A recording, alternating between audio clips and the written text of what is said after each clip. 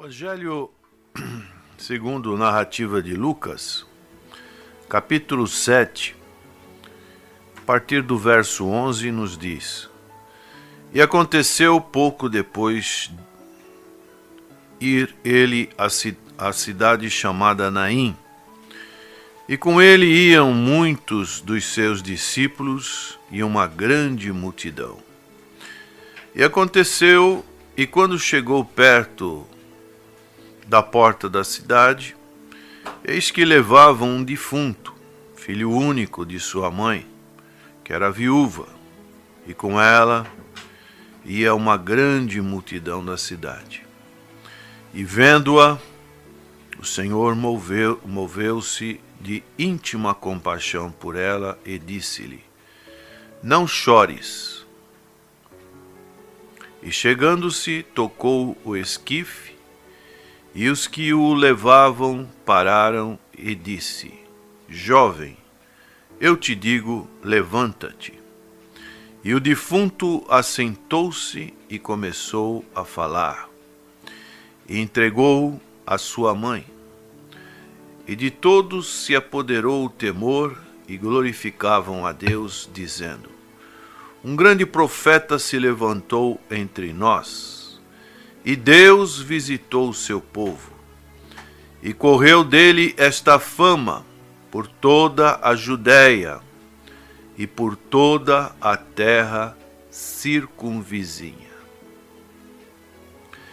Essa narrativa é exclusiva de Lucas.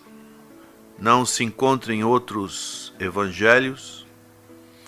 E aqui Lucas diz que aconteceu pouco depois, que é a parte do contexto dos versos desse capítulo 7, verso 1 a 10, que o Senhor Jesus estava na cidade de Cafarnaum.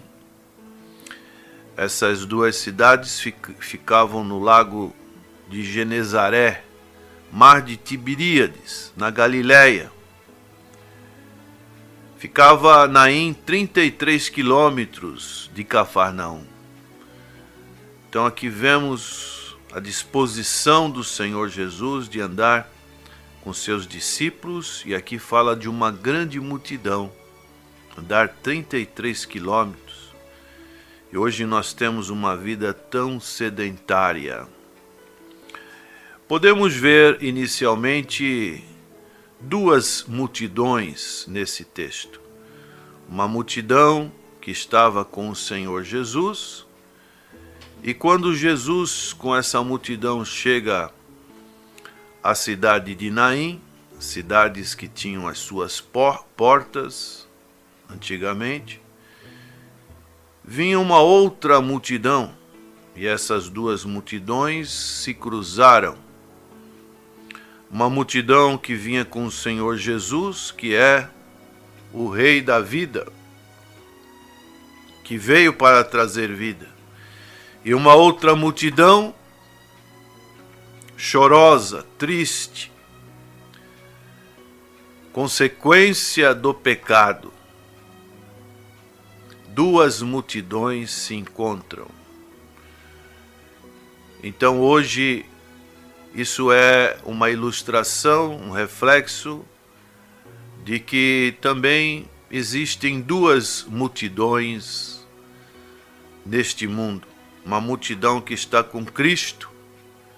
E eu pergunto para você nesta manhã: você está com Cristo?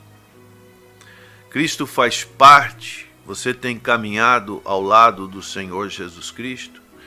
Se você está ao lado de Cristo, você está com vida, você está alegre.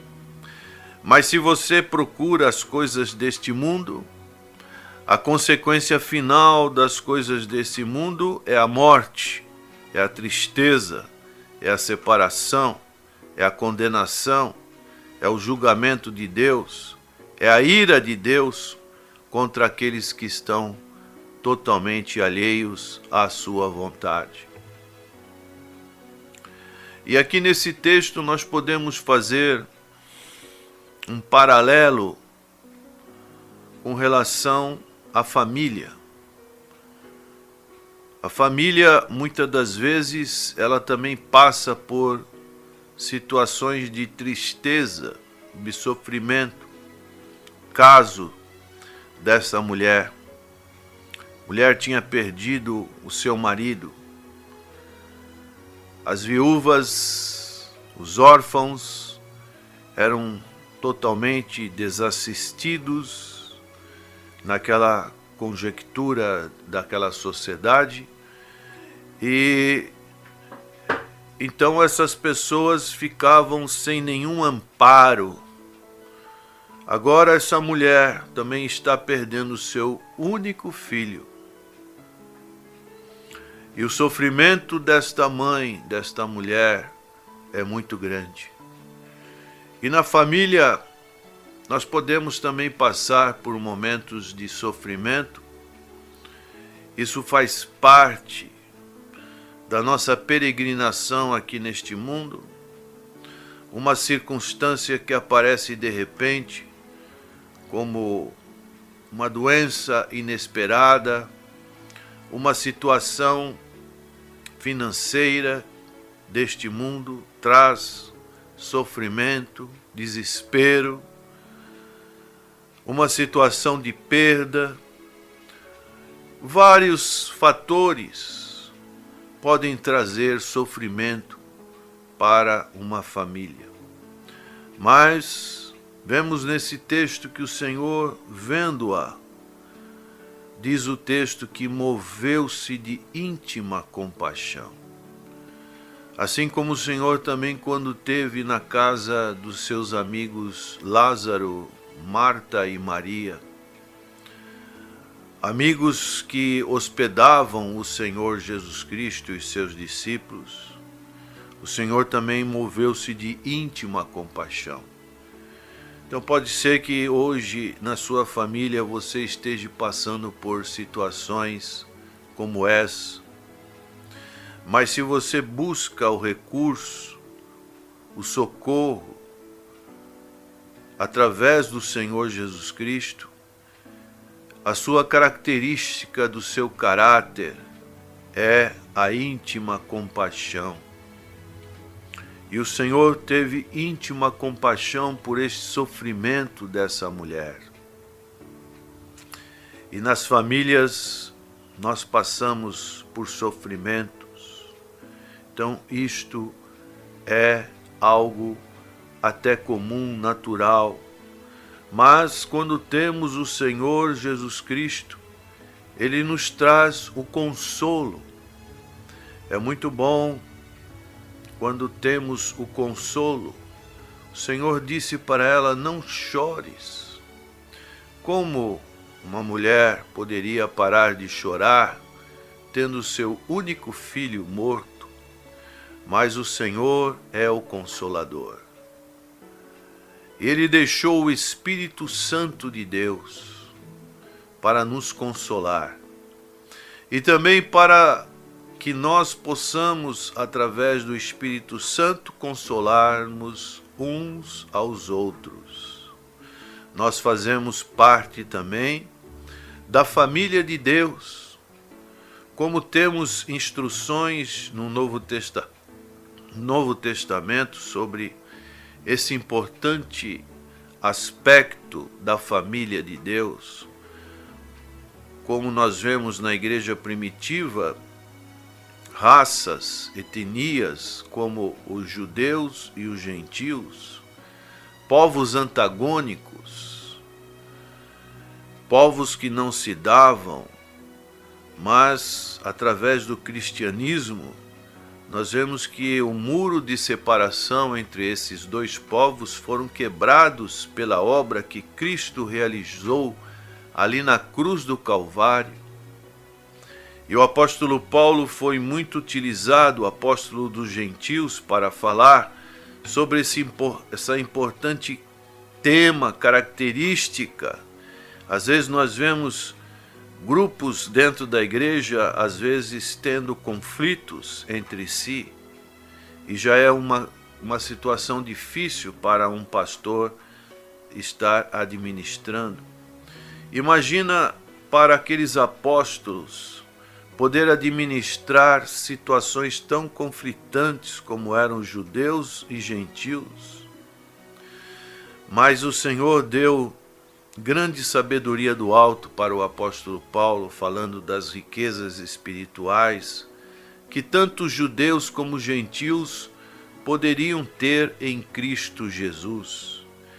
E quando essas verdades, elas são mencionadas e são como que aproveitadas, encaixadas na nossa mente espiritual, nós recebemos esse consolo que o Senhor Jesus disse como exemplo para esta mulher: não chores. E o Senhor não ficou somente no consolo, o Senhor tomou uma atitude, porque Ele é o dono da vida.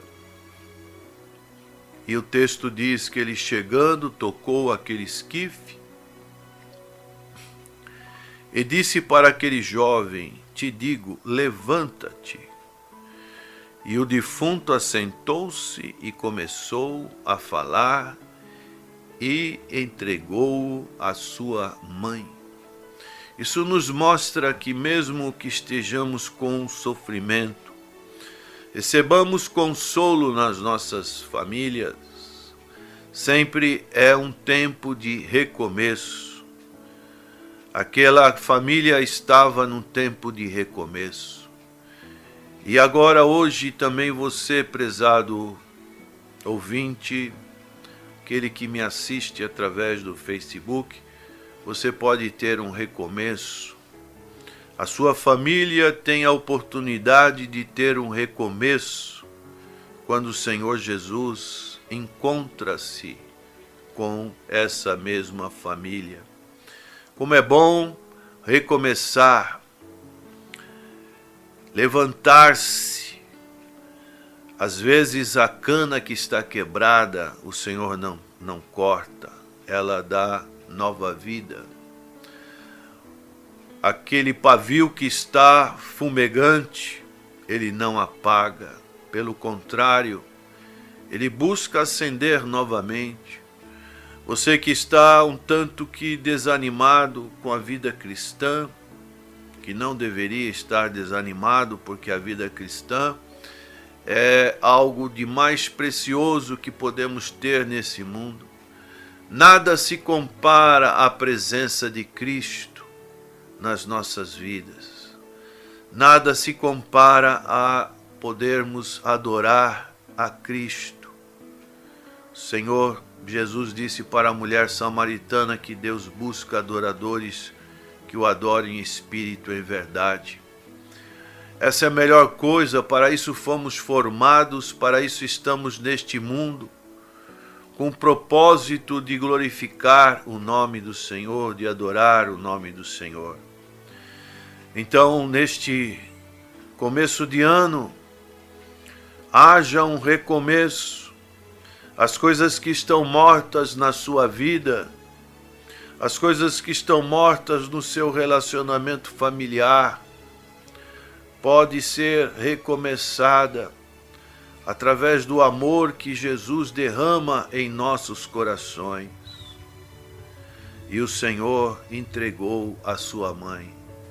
Imagine a alegria que essa mãe agora teve de ter esse recomeço novamente, de seguir o curso natural da sua vida juntamente com o seu filho. Que alegria! E esta mesma alegria o Senhor quer proporcionar aos nossos corações. Quando abrimos nossos corações para Cristo, pedimos que para Cristo reine nos nossos corações. É uma alegria indizível, como diz o apóstolo Pedro. Uma alegria que não vai mais sair. Uma alegria que não vai mais parar. E esse acontecimento, quando uma família está contente com Cristo, quando Cristo promove toda essa alegria, todo esse consolo, retira o sofrimento, esse recomeço, essa família começa a glorificar o nome do Senhor Jesus. E toda aquela multidão que estava triste, diz o texto agora, que ela se apoderou de temor. E nós sabemos pelo livro de Provérbios que o temor do Senhor é o princípio da sabedoria. Hoje, infelizmente, as coisas de Deus são tão menosprezadas. Se dá pouco valor à palavra do Senhor. Muitos colocam a palavra do Senhor como qualquer outro livro, qualquer outra pessoa tem escrita. Mas aqui tem 40 escritores de diferentes épocas que deixaram essa narrativa para o nosso proveito, para a nossa exortação, para a nossa única regra de fé e prática, que é as Sagradas Escrituras. Então precisamos restituir este temor do Senhor. E essa multidão, além desse temor, começou a glorificar a Deus, a dar glória a Deus. Por quê? Porque a presença do Senhor Jesus foi marcante naquele lugar. Quando a presença de Jesus é marcante nas nossas vidas, nós só podemos temer por essa grande presença e glorificar o nome do Senhor Jesus Cristo. Um grande profeta se levantou entre nós e Deus visitou o seu povo. Deus quer visitar o seu lar. Deus quer visitar a sua vida. E quando Deus visita-nos, há um grande regozijo. Regozijai-vos no Senhor, dizia Paulo à igreja de Filipos. Outra vez vos digo, regozijai-vos, alegrai-vos no Senhor, porque Ele é o dono da vida. Aquele que crê em mim, ainda que esteja morto, viverá. A morte já não tem mais domínio sobre a nossa vida, porque agora temos o Senhor da vida, que é o Senhor Jesus Cristo. E, concluindo essa narrativa, Lucas diz: e correu dele esta fama por toda a Judéia e por toda a terra circunvizinha. Então, quando nós estamos alegres, temos prazer em comunicar aquilo que Deus tem feito em nossas vidas, aquilo que o Senhor é capaz de proporcionar a cada um de nós e também para a nossa família. Mas você pode estar pensando: puxa, mas eu não tenho família. Mas o Senhor Jesus disse que Ele faz com que o solitário viva em família. Existe a família celestial, a família espiritual, a família aqui na terra. Então, essa família, ela é algo que nós podemos vivenciar juntamente com quando estamos em comunhão com os nossos irmãos aqui na igreja. Irmãos que o Senhor tem colocado ao nosso lado, nosso dia a dia, para estarmos compartilhando desta grande alegria, mesmo em meio a um sofrimento. Mas nós temos o Consolador, nós temos o recomeço, nós temos o regozijo e nós temos a adoração, os louvores a Deus, porque Deus está no nosso meio. Que você reflita sobre isso neste momento e que você faça parte desta multidão que está com o Senhor Jesus Cristo, que é uma multidão que está alegre, porque o Senhor Jesus está no meio de nós. Amém.